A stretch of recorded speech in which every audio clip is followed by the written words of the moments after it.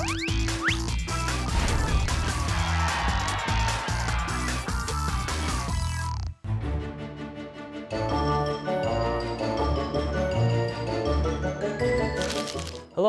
and welcome to Read Up. Here at Read Up, we explore the wonderful world of reading. Today we're going to look at the emotionally gripping tale called Saving Zasha. Saving Zasha tells the story of a young man named Mikhail living in war-torn Russia right after World War II. The country has been devastated and much of what was does not remain. Readers learn that along with many of the casualties of war, many of the dogs of Russia have been killed. However, some dogs still roam the cities and countrysides. German shepherds, because of the Russians' hatred for the Germans, were shot and killed on sight by Russians. One day, Mikhail and his brother discover an injured man walking nearby their family farm. The boys discover that a beautiful German shepherd accompanies the injured man. After being brought back to Mikhail's home, the injured man dies and leaves behind his beloved dog, Zasha. Mikhail and his family are left with a difficult decision. Keeping the dog could result in a number of consequences, all leading to Zasha being killed. It was traitorous in Russia to keep a German dog, so they had to keep Zasha a secret. Here is a short preview from the book.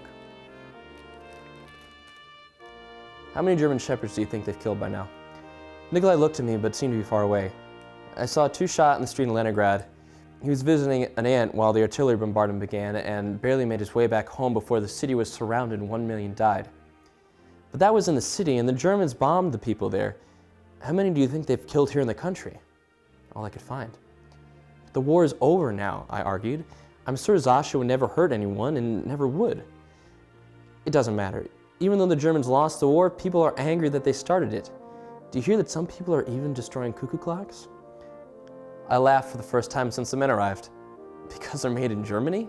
That's ridiculous. What's next? Accordions? Nikolai, do you hate the Germans? Yes. Of course. I don't know. I've promised myself that if Papa comes home, I won't hate anyone ever again. I'm going to see Sasha right now, I said, getting up, still chilled from the visit by the strange men. No. Wait till we're sure they've gone. They could be watching. But I know she's hungry, and if you want to live, you must be clever and patient. You'll have to read the rest of the story to find out what happens to Mikhail and Zasha. This historically relevant tale of a boy and a love for his dog is sure to keep you turning pages. Be sure to check it out at your local library and continue to read up.